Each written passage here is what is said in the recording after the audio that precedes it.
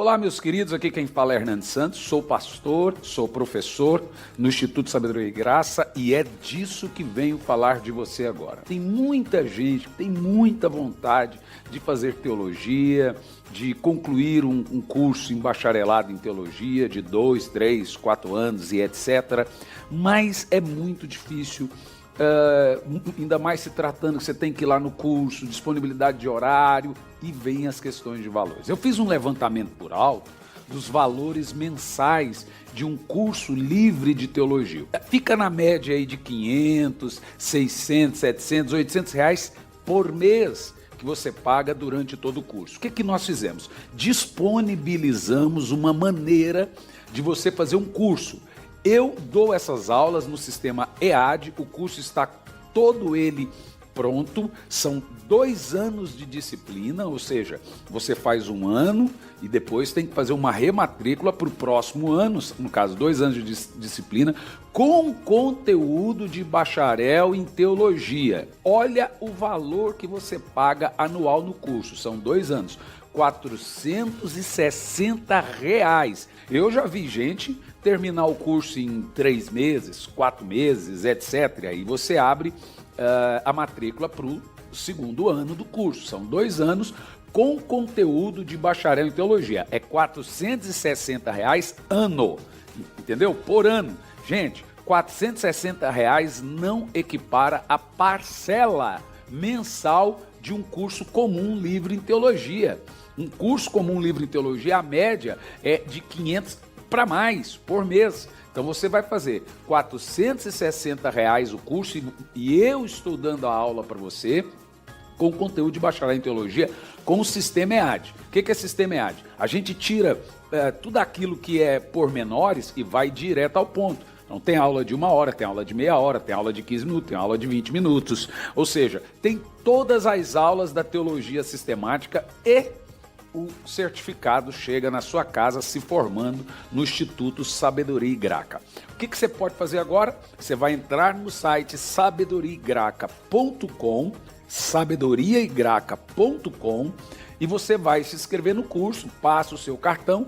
Tem bandeira de cartão que faz até em 12 vezes, tem bandeira de cartão que faz em 10, depende muito da sua bandeira. E aí você vai participar e fazer o curso conosco, sabedoriaigraca.com, curso de teologia, curso livre de teologia com conteúdo de bacharelado em teologia. É fantástico, né? A cada 3 meses tem um sistema de provas. Eu mesmo eu mesmo preparei as provas para você e aí você está formado em teologia aí. Se você for bastante rápido, aproveita que esse monte de lockdown que o pessoal está fazendo e fica em casa estudando teologia. Vai ser muito bacana ter você como aluno, tá bom? Então, espero você como meu aluno no Instituto Sabedoria e Graça. Entra no site sabedoriaigraca.com. Que Deus te abençoe.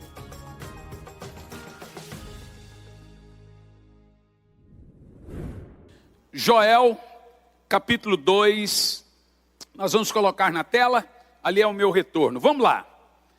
Ainda assim, agora mesmo, diz o Senhor, convertei-vos a mim de todo o vosso coração, e isso com jejuns e com choro e pranto. Rasgai o vosso coração e não as vossas vestes. Convertei-vos ao Senhor vosso Deus, porque Ele é misericordioso, compassivo, tardio em irar-se e grande em misericórdia, e arrepende-se do mal. Deixa eu fazer uma aplicação. A palavra arrepender ali, para Deus, não é o mesmo arrependimento nosso, é voltar atrás, é diferente. Porque Deus não se arrepende, porque Ele não pode ver o mal. Entende o que eu te disse? Continuando o texto. Quem sabe, se não se voltar e se arrepender, quem sabe não se voltará e se arrependerá e ainda deixará após si uma bênção, em oferta de alimentos e libações para o Senhor vosso Deus? Pode continuar, vamos até o 18. Tocai a trombeta em Sião, santificai um jejum, convocai uma assembleia solene.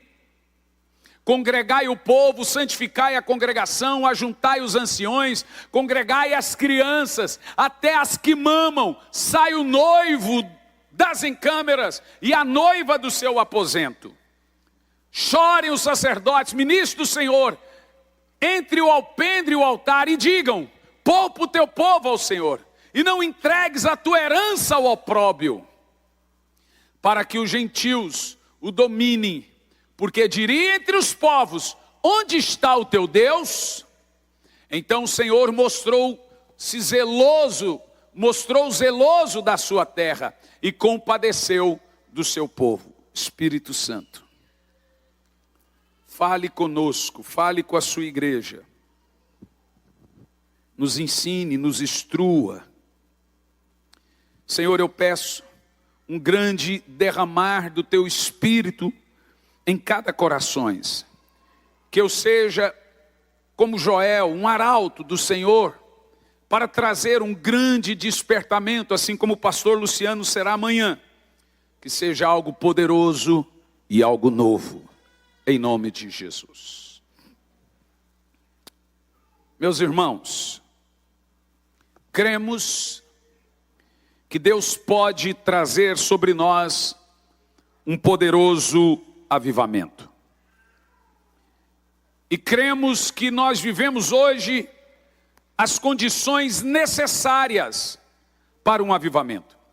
Quais são as condições necessárias para um avivamento? Tudo que nós estamos vivendo. No texto que nós lemos, Deus levantou o profeta Joel em um tempo de crise avassaladora. Um tempo em que a casa do Senhor estava abandonada. Ninguém se importava mais em servir a Deus e obedecê-lo. Um tempo em que o sacerdote se embriagava e que o povo não buscava mais o Senhor.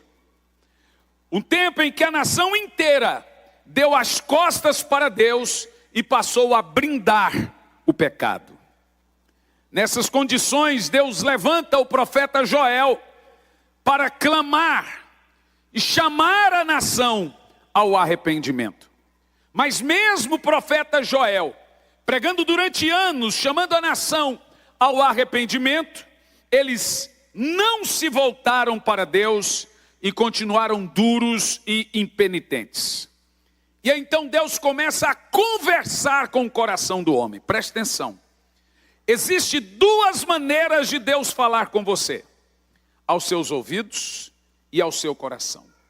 A pior delas é ao seu coração. Porque quando os seus ouvidos deixam de ouvi-lo, é porque o coração está duro.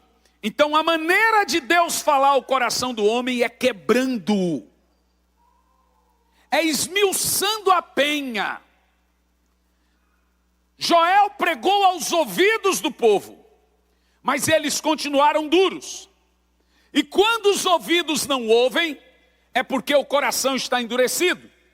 Deus só pode usar um homem grandemente depois de quebrantá-lo grandemente. A voz de Deus nunca, em primeiro lugar, será direcionada ao nosso coração. Sempre ele virá com sussurros, mas em corações duros, a voz precisa vir para quebrar a penha. Nesse ponto aqui, o povo estava duro, impenitente. Então Deus começa a falar. E ele fala como? As atividades de Deus, onde há um coração endurecido, não são nada boas. A linguagem de amor de Deus na Bíblia, irmãos, é a disciplina. Porque eu amo, porque eu corrijo e disciplino a quem? Satanás te exalta para te abater depois. Deus te abate para te exaltar depois. A maneira de Deus tratar com o seu povo, antes de qualquer coisa, é amassando. Lembra? Jesus foi primeiro para o Getsemane. E Getsemane, a palavra Getsemane significa lugar da prensa de azeite. O Getsemane era um lugar onde eles prensavam azeitona para fazer óleo. Foi lá que Jesus orou e foi prensado e suou sangue. Deus age dessa forma. Da uva amassada vem o vinho. Do trigo amassado vem o pão. Da rosa amassada se faz perfume. E da azeitona amassada que vem um azeite. Viu? A maneira de Deus trabalhar com o seu povo é amassando. Você já viu como você descobre, eu acho que vocês já viram esse vídeo, correu, viralizou, a diferença entre o trigo e o joio? Olhando a grosso modo, sem ser amassado, trigo e joio são idênticos. O joio recebe o mesmo sol, a mesma chuva, está na mesma plantação, tem o mesmo dono. Mas quando é amassado, o trigo tem fruto, o joio é só palha. Só que joio prega, joio ora, joio tem cara de crente, joio diz aleluia, joio cura, de acordo com Mateus 7, a partir do 22, curamos, profetizamos e expulsamos demônios no teu nome. Joio expulsa demônio, joio ora em línguas, joio enche igreja, mas no final, só o trigo permanece e o joio será queimado. Nesse ponto, examinando o texto, Deus começa a conversar com o coração de pedra da nação de Israel. E como que ele faz? Ele manda seus juízos.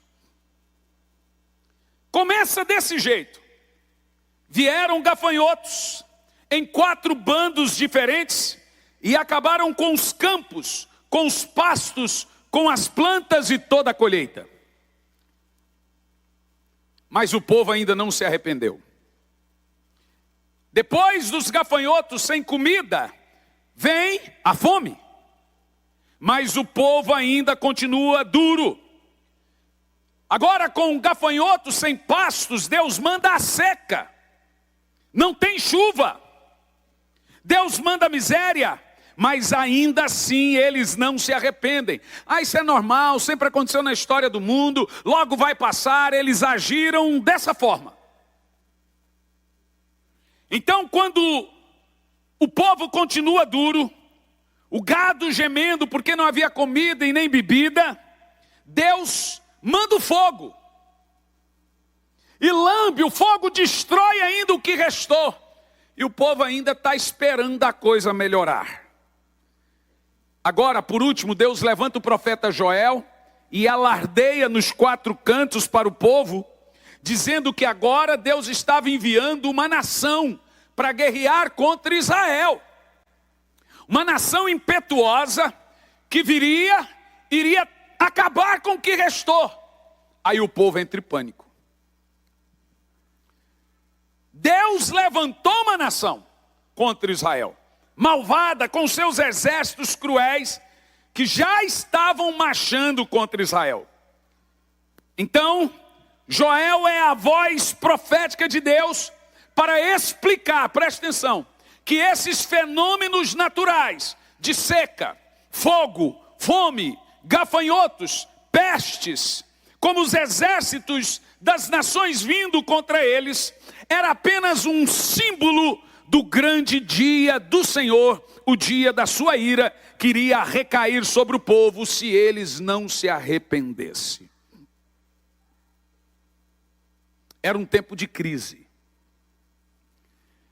Pois é nesse momento que Deus coloca na boca do profeta Joel uma palavra de esperança.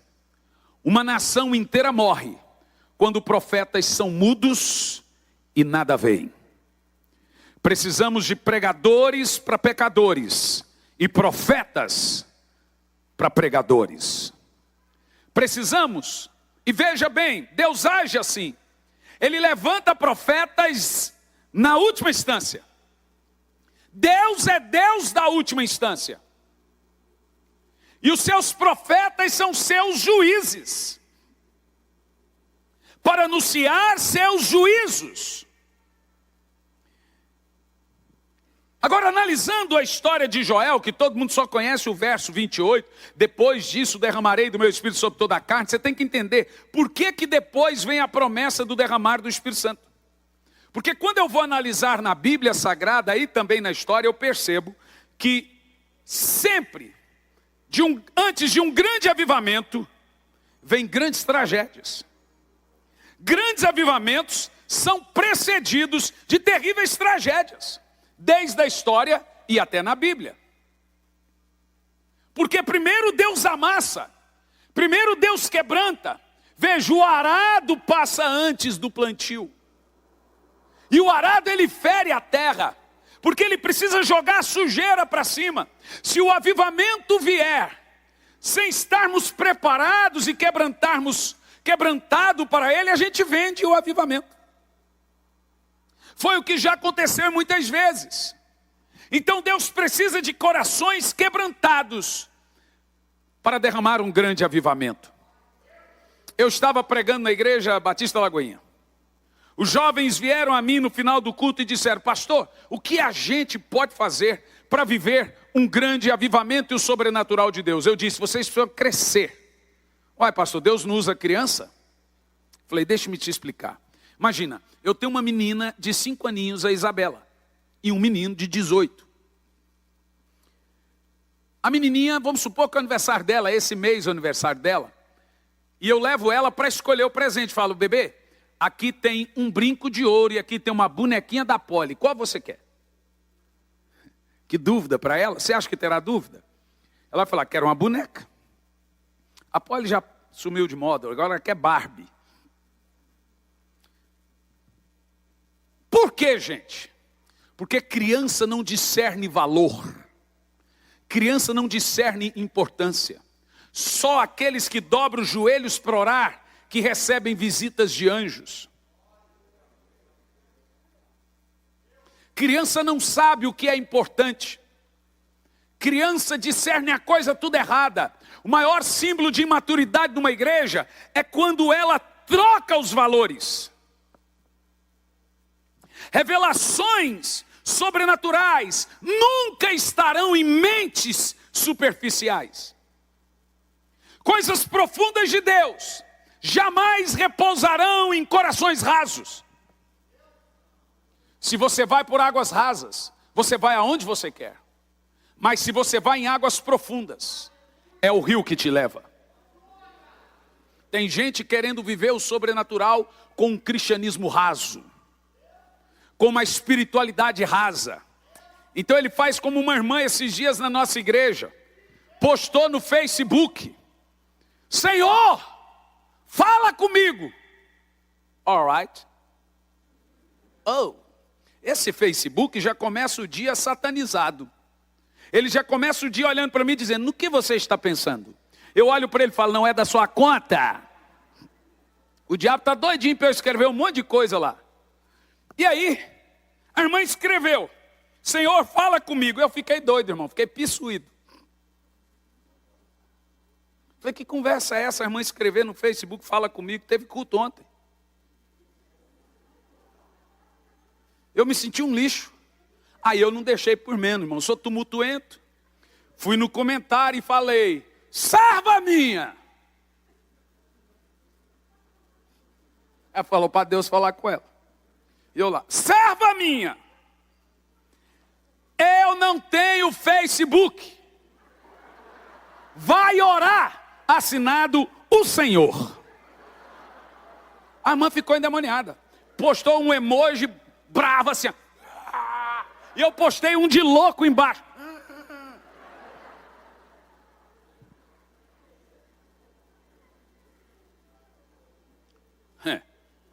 Essa geração de smartphone, Smart TV, iPad, iPhone, geração Netflix, Xbox, PlayStation, geração Play Video, geração Globoplay, geração tecnológica, só vai provar uma coisa: que a falta de oração nunca foi por falta de tempo.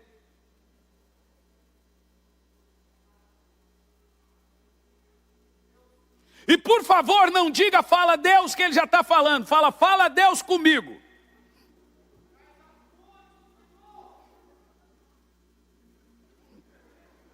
Então escute isso. Todas as pessoas na profecia de Joel se achavam bons crentes.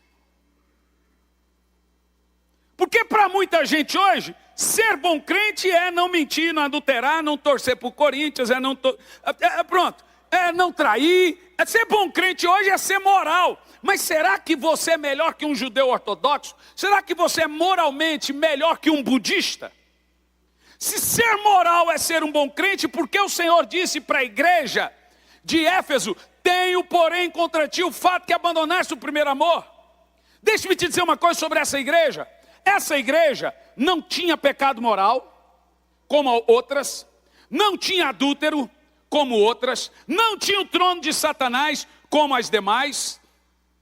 Qual era o pecado de Éfeso? Porque o Senhor começa dizendo: vocês toleraram a perseguição até fim e não enfraqueceram na fé. Ó, só elogio.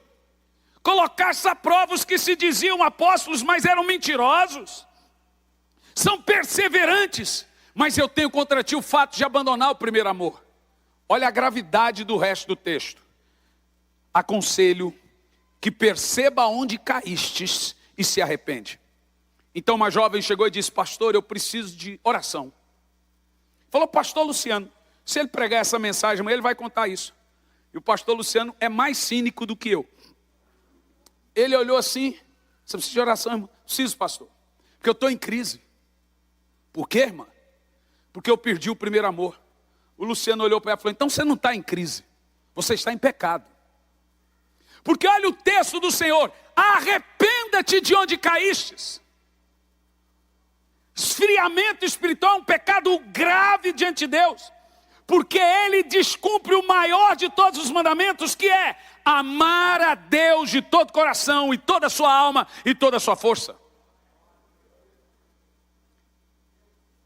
Quando Deus vem através de Joel alertar o povo, preste muita atenção no que eu estou dizendo. Essa não é uma mensagem apenas a Joel, ou de Joel para 2.700 anos atrás. É uma palavra para mim, para você, para a igreja contemporânea.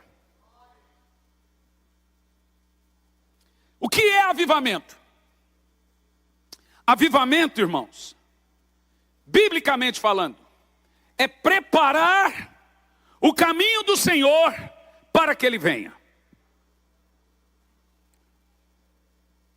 Pedir avivamento e esperar por avivamento, sem preparar o caminho de Deus, é como atravessar o carro na frente dos bois. Por isso que eu gosto de separar a diferença de avivamento e evangelização.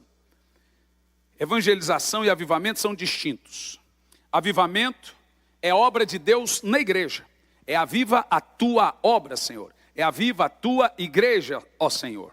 Evangelismo é a obra de Deus no mundo. Avivamento é a obra de Deus, evangelismo é a obra da igreja. De tal forma que a igreja não produz avivamento, porque ela não pode produzir fogo. Mas ela deve esperar por avivamento. Avivamento não começa na terra, ele começa no céu, e de lá cai o fogo. Nós devemos clamar e esperar por avivamento.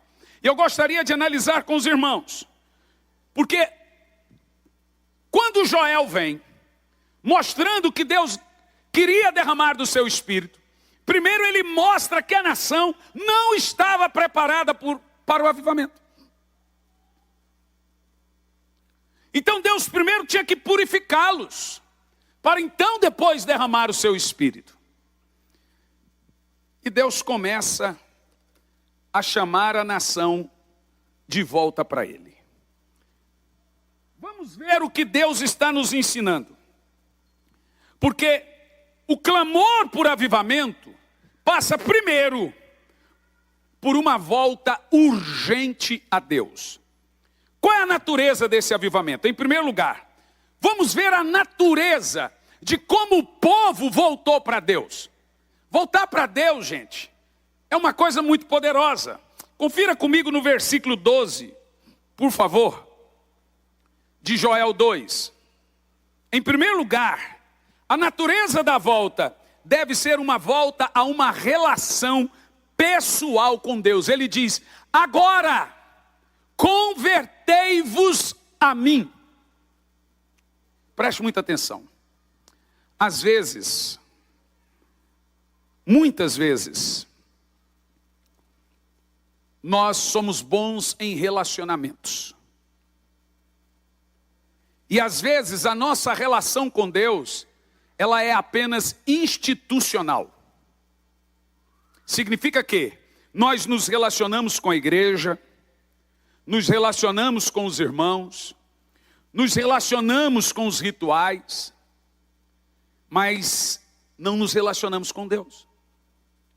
A nossa espiritualidade, muitas vezes, ela é terceirizada. Funciona mais ou menos assim. Se a igreja fizer uma campanha de oração, eu oro. Se a igreja fizer uma campanha de jejum, eu jejum. E a igreja deve promover essas coisas. Se a igreja fizer uma campanha de leitura da Bíblia, eu vou seguir o plano anual de Bíblia. Mas se a igreja não fizer nada, eu ponho culpa na igreja dizendo por que eu estou frio. O que eu estou dizendo com isso é que quando Deus chama o povo a voltar-se para Ele, Ele está falando para reconstruir o altar pessoal. Quantos de nós temos um altar para Deus em nossa casa? Um quartinho de oração. Um lugar onde Ele faz. Um lugar que quando te dá saudade é para lá que você corre. Mas na realidade, você ora. Porque o crente que não ora está se desviando ou desviado. E se ele não ora, se ele não caiu, inevitavelmente ele vai cair. E não são palavras minhas. Jesus disse isso aos 3, lá no Getsemane. Vocês não conseguem orar comigo por 1 hora? Vigiai e orai, vírgula, para não cair. Crente que ora deixa de pecar. Crente que peca deixa de orar. Você não pode ser frio, irmãos, a duas coisas. A glória de Deus e ao seu pecado. Mas como nós aquecemos essas duas coisas? Através da oração. Quando você ora, você consegue ver seu pecado e consegue ver a glória de Deus. O bege no escuro vira branco. Se apagarmos as luzes, todo mundo que tiver de camisa clara vai parecer que está de branco. Mas diante de uma luz forte, o branco tem que ser branco. Quanto mais longe você estiver da sua comunicação com Deus, menos pecado você verá em você. Quanto mais longe você estiver da sua comunicação pessoal com Deus, mais pecado você vê no outro. Quanto mais longe você estiver da sua comunicação pessoal com Deus, menos temor de Deus você tem. Menos a glória de Deus, ela não é tão aparente a você. Os louvores do Senhor não são publicados. O que acontece, eu estive pregando na igreja que eu sou pastor esses dias, também uma exposição de Malaquias 1. A reclamação de Deus em Malaquias, aqui a gente só lembra de Malaquias 3, né? Mas precisamos entender o porquê que Deus reclama em Malaquias 3. Ele começa no 1. Porque o povo já não se importava mais com o culto. Levava animal cego para o sacrifício. Já que vai sacrificar, desce animal. Até animal podre. E o Senhor vem reclamar. Porque abandonaram o culto bíblico. O conteúdo de Malaquias é o que Deus aceita como culto e o que Ele não aceita como culto. Hoje tem jovem que vem para a igreja com camisinha dentro da bolsa. No culto. Que raio de culto é esse que essa geração vem prestando ao Senhor? Aonde foi parar o temor? A vontade de chorar. Você não tem vontade de sentir saudade? Você não sente saudade de ter saudade? Você lembra onde caiu? O que fez você esfriar na fé? O que fez você abandonar seu quarto de oração? Então agora o Senhor está dizendo, volte-se para mim. Veja que aqui é um tom de desespero. Presta atenção, escute. O Senhor está falando daqui agora, presta atenção. É um tom de desespero. O Senhor está dizendo agora. Veja a palavra agora, é um tom de urgência. Hoje mesmo, agora mesmo, volte-se para mim. Ele não está falando de gente desviada. É gente na igreja, porém fria. É gente que continua, mas de forma automática. Ele liga o botão automático para a igreja. Liga o automático, volta da igreja.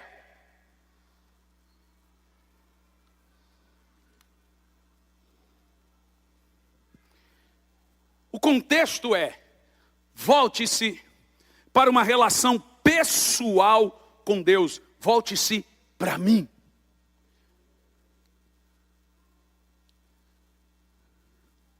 Nem sempre a gente consegue orar todo dia.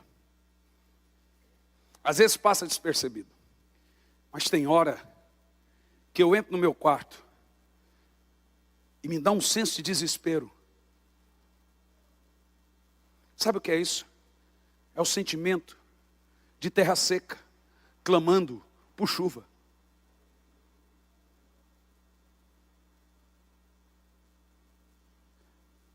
Essa é uma geração de olhos secos. Os crentes de uma geração não muito distante iam para a igreja com um lenço na mão e a Bíblia. Há quanto tempo não choramos mais em um culto? Ele está presente. Precisamos ter olhos molhados, espírito prostrado e coração quebrantado. Porque a adoração não é um estado da fala, nem estado de como se faz. Adoração é uma continência do Espírito. É o Espírito que se prostra.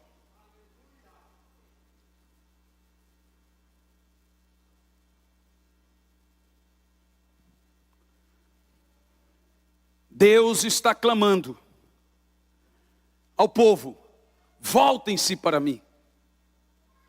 Essa é, irmãos, eu estou todo arrepiado, todo tomado aqui agora. Essa é a mensagem que precede avivamento. Tem os avivalistas, que são os pregadores do avivamento, e tem os preparadores de caminho.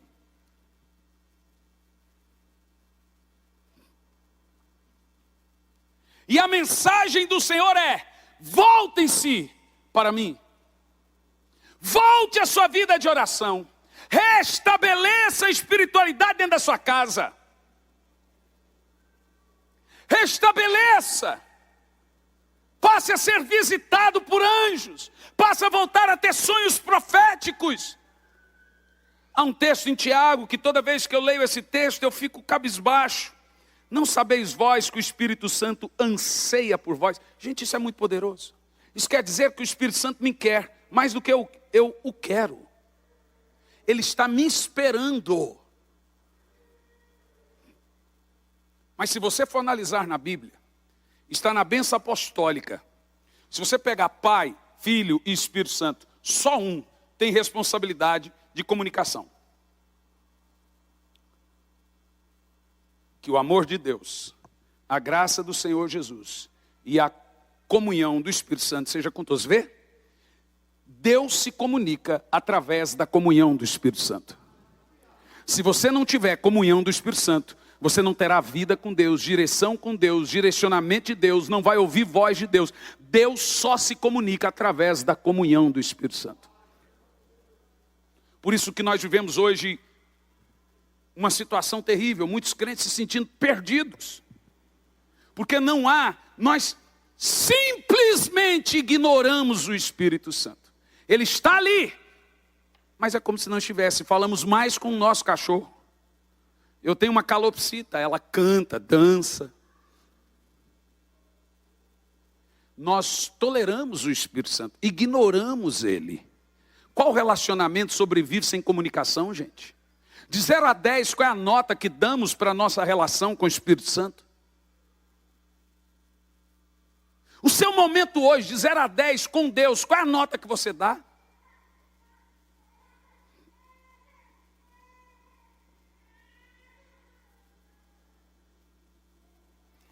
Deus está dizendo: quero que você se volte a uma relação íntima com Deus. Mas em segundo lugar, qual é a natureza dessa volta? É uma volta com profundidade. E ele diz assim: convertei-vos a mim de todo o vosso coração. A coisa mais complexa que existe hoje em dia é o meu coração. Eu estou falando do meu. O seu deve ser bom. O meu é complexo. Às vezes nem eu entendo minhas emoções. Às vezes eu estou em casa sozinho, brigo comigo mesmo e quero sair de casa. E você ri. Você não é assim, né? O coração do homem é terrível. Só Deus pode sondá-lo, nem você. Por isso que Davi entendeu, ele disse, sonda-me, ó Deus. Não é ele se sondando. Vê o Senhor se há em mim algum caminho mau. Não é fácil você vê que você está caído, ainda que esteja de 4 querendo comer bolotas de porco.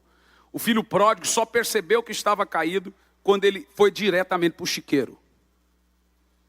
Perdeu tudo e ainda não caiu em si. Todo mundo está vendo que a pessoa está indo de mal a pior, mas ela continua enebrecida, endurecida. A palavra do Senhor aqui hoje é voltem-se. Porque o Senhor quer nos preparar para um grande derramar. Então Ele está nos amassando, Ele não quer matar você, Ele quer tirar óleo de você. Ele quer tirar vinho novo de você. Ele quer tirar perfume de você. Ele quer que o pão do céu viva em você. Então o Senhor nos chama, retornem-se para mim. Peça perdão por tanto tempo sem orar.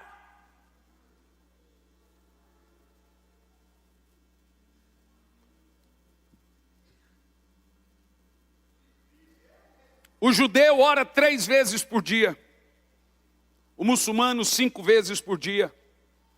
O budista 10 vezes por dia. O seixonoísta 18 vezes por dia. E o cristão? A diferença é que, tirando o judeu, eles lá servem deuses mortos, mas o trata como se estivesse vivo. Nós servimos um Deus vivo, mas o tratamos como se estivesse morto. No texto de Malaquias o Senhor diz, a maneira a maneira de vocês terem as suas atitudes. Veja, eles não falavam. Ele diz, mas a maneira como vocês agem, vocês estão dizendo que os cultos do Senhor é desprezível. Veja, eles nunca disseram isso, mas atitudes valem mais do que palavras. Nenhum avivamento veio, gente. Nenhum avivamento veio sem que o povo recebesse um espírito para orar. Nenhum na história e na Bíblia. O fogo desceu depois que eles iam insistentemente todos os dias e oravam sem parar. Historicamente, todos os evangelistas eram homens que oravam mais de 4, 5 horas por dia. Nenhum avivamento veio. Sabe, sempre quando Deus quer tensionar misericórdia, Ele levanta o povo para orar. Quando Ele quer tensionar juízo, Ele endurece o coração do povo. Toda vez que Deus quer derramar avivamento, Ele levanta movimentos de oração.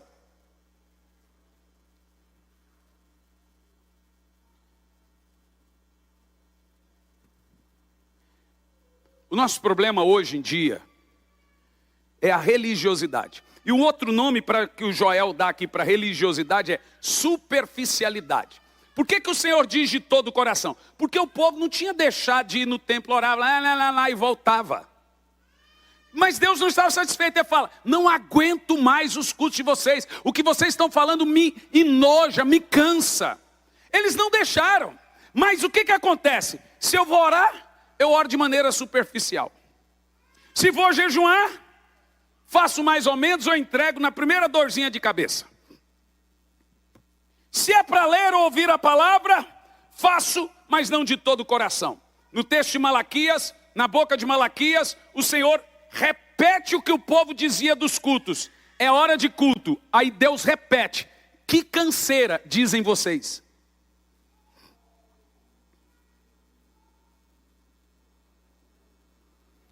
Estamos vazios, secos, superficiais. E na maioria das vezes a nossa busca nem sempre é uma busca intensa, profusa, profunda a Deus, com lágrimas nos olhos, porque é a lágrima nos olhos que mata o verme na consciência.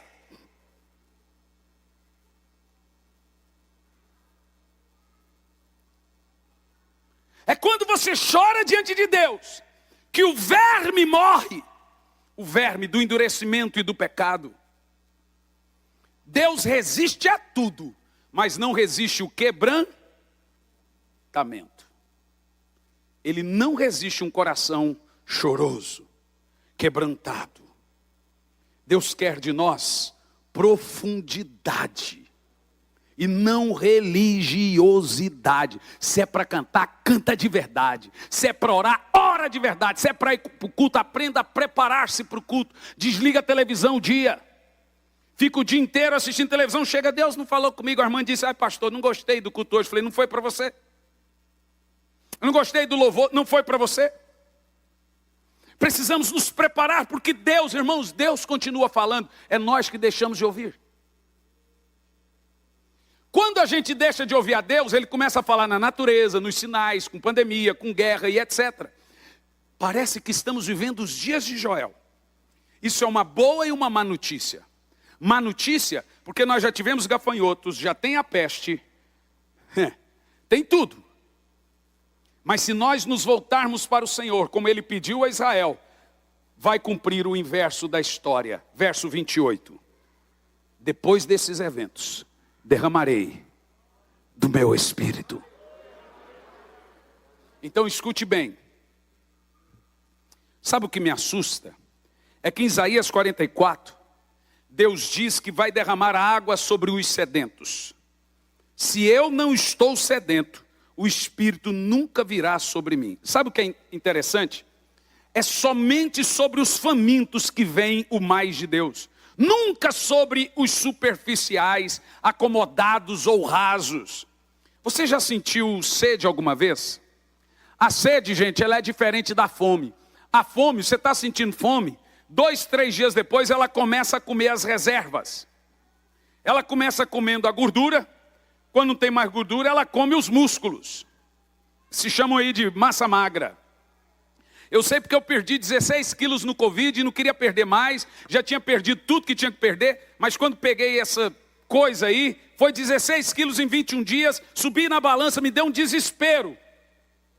Que as pessoas olham para você, nossa, só está doente.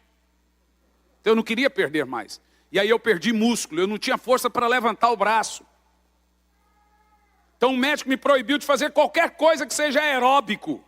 Você não vai perder mais peso. Agora faça, você tem que levantar peso. Você tem que fortalecer os músculos.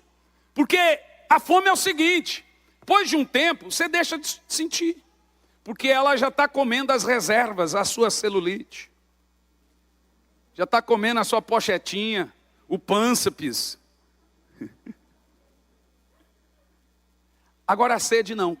A sede, quanto mais você fica com sede, mais ela dói. E ela nunca diminui, ela vai aumentando. O Senhor diz que Ele vai derramar água sobre pessoas com sede. Isso é um termo na Bíblia de pessoas desesperadas, como um cervo, busca pela corrente das águas de forma desesperada. É alguém que está num deserto, com a boca seca, desesperadamente por água. Nós já estamos nesse deserto, por isso que o Senhor quer um grande, Ele vai trazer um grande avivamento, que vai preparar o caminho do Senhor, para que Ele venha. Antes de Jesus vir, João Batista preparou o caminho. Foi um grande avivamento, aquela fila de milhares e milhares se batizando. Ei, você entende? Na primeira vinda, Ele preparou o caminho e foi um avivamento chamado batismo de arrependimento. Na segunda vinda, o Senhor tem seus profetas, que devem preparar. E eu disse de manhã e vou repetir, essa igreja aí será pequena. Não só essa, escute o que eu vou te dizer, nós temos 50 milhões de evangélicos no Brasil. Num avivamento que dure 10 anos, isso triplica. Toda a igreja nesse país, e aqui diz o Senhor nessa noite, toda a igreja nesse país será pequena. Eu não estou dizendo, hoje nós olhamos para essa igreja e falamos, uau, que grande igreja. Todas serão pequenas.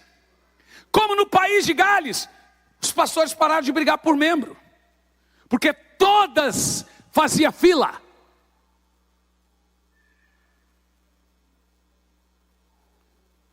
Como João Batista, uma fileira de gente para se batizar. Eu sinto o cheiro de terra molhada. Eu sinto o cheiro e a chuva está vindo.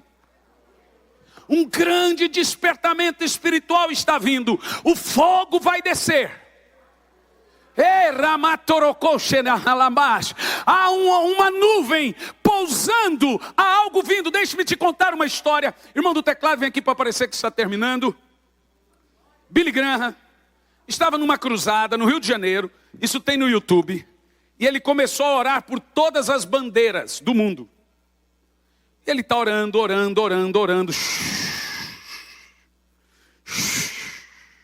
Orando, quando ele chega na bandeira do Brasil. Desculpa, não é no Brasil, é numa conferência mundial de evangelistas. Perdão. Quando ele chega na bandeira do Brasil, ele para e fica minutos em lágrimas sobre a bandeira do Brasil. E chorando.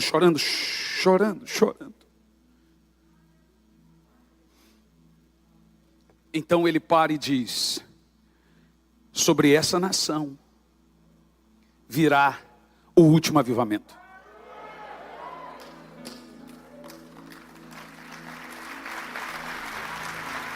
Irmãos, acha para mim, está no Facebook do David Quillan, um trechinho que David Quillan postou, de um pastor norte-americano chamado Dave Hobbs, tá? Ele deu Gruber do lado e David Quillan traduzindo. O pessoal da mídia, acha para mim esse vídeo. Esse pastor norte-americano, sei lá, 17 anos atrás, 20 anos atrás. Irmão, é chocante isso. Não é igual essa profecia do dia 30 de março não, gente. Você sabe que eu não brinco nem por mais nem por menos. Eu não escarneço. Eu julgo profecia e não pessoas.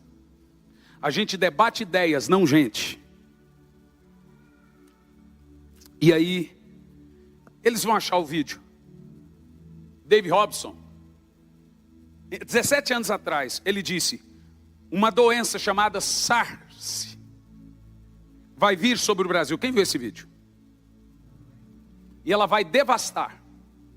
Eu estou vendo pessoas em quarentena, cidades inteiras. Eu estou todo arrepiado. Isso 17 anos atrás, o David Quillan interpretando. Mas depois disso,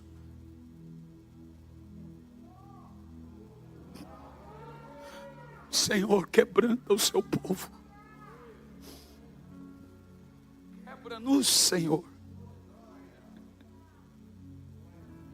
Quebranta-nos. Quebranta a igreja brasileira. Porque o Senhor quer derramar fogo. O Senhor quer fila de gente para os batismos. Mas nós ainda não despertamos.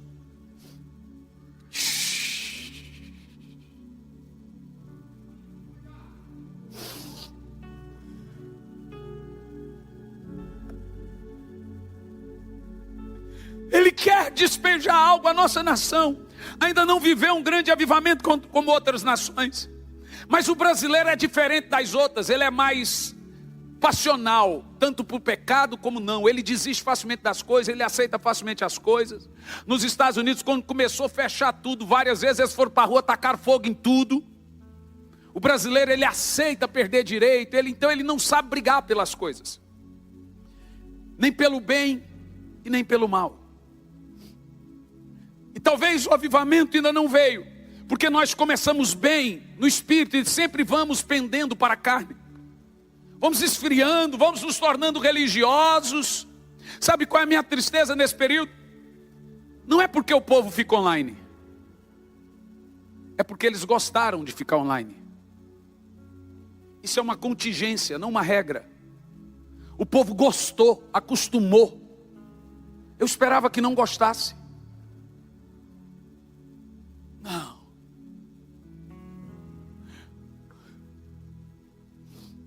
O Senhor nos chama de novo. Como um dia Ele chamou na Argentina, como um dia Ele chamou em Pensacola, como um dia Ele chamou no país de Gales, com um menino de 16 anos que ganhou 100 mil almas em 2 anos, como um dia Ele chamou em Londres com John e Carlos Wesley e George Whitefield, como um dia Ele chamou em Massachusetts com Jonathan Edwards. O Senhor agora chama o Brasil. Eu tenho dito, Senhor, o que for fazer na minha geração, não faça sem mim. Volte em si para mim, diz o Senhor. Veja onde você caiu. Vê. Frieza espiritual é um pecado tão grave que o Senhor não manda você bajular crente frio. Manda você falar para ele se arrepender. E ele diz hoje mesmo, agora mesmo.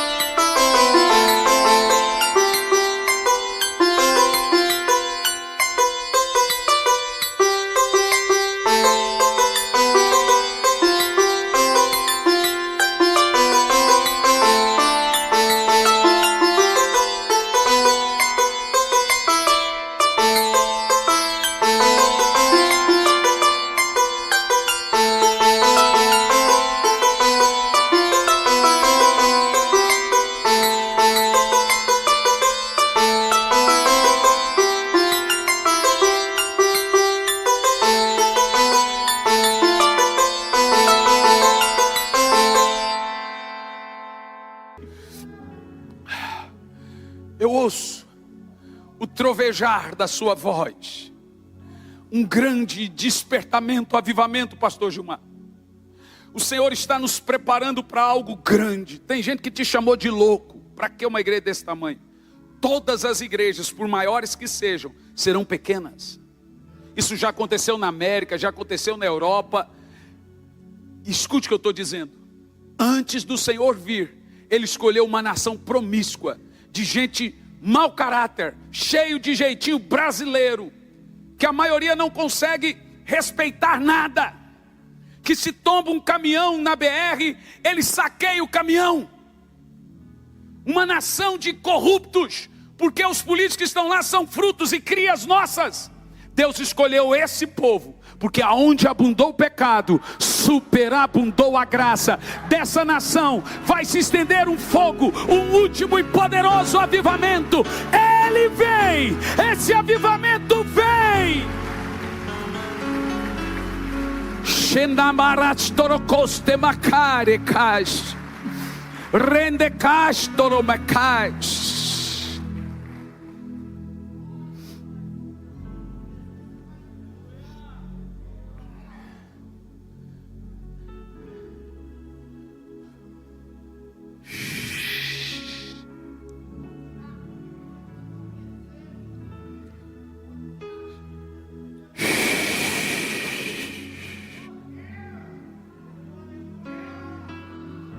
Você sente ele aqui agora? Eu sinto.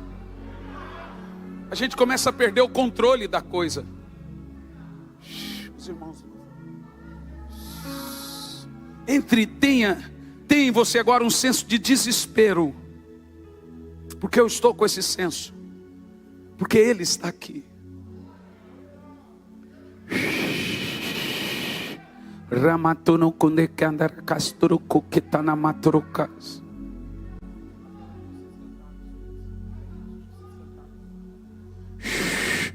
Por 3 minutos, ore em línguas.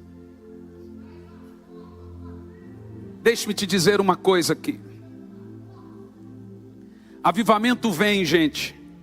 em tempos de crise é quando tudo está perdido, que Deus manda avivamento.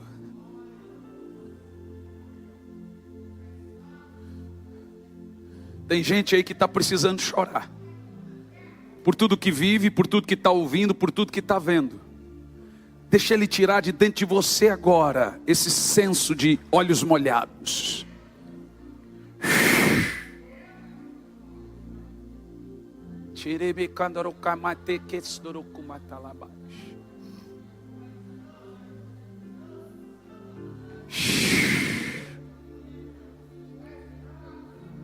Tem o vídeo?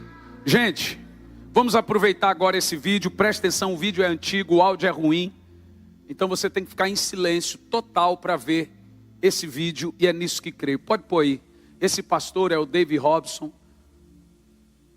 É um homem, já está bem de idade, um homem de Deus. Ele está sendo interpretado por David Quinlan.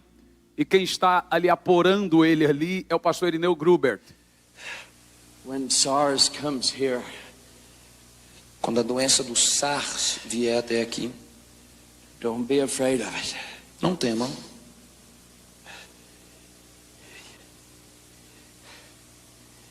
Yesterday I had a vision. Ontem eu tive uma visão. I saw men going to cities where the cities were quarantined. Eu vi homens indo a cidades que estavam em quarentena, And going inside of a quarantined city entrando numa cidade em quarentena and cleansing it from the plague. e aniquilando a praga naquele lugar. And sweeping the whole city into revival. E levando a cidade a um grande avivamento. Not only with this plague, Não só esta praga, o SARS, but the many more mas todas as outras that are going to come que virão before the end. antes dos tempos finais. Você consegue entender o que está para acontecer? Santo Espírito, venha mover. Se desespere, cante. Santo Espírito,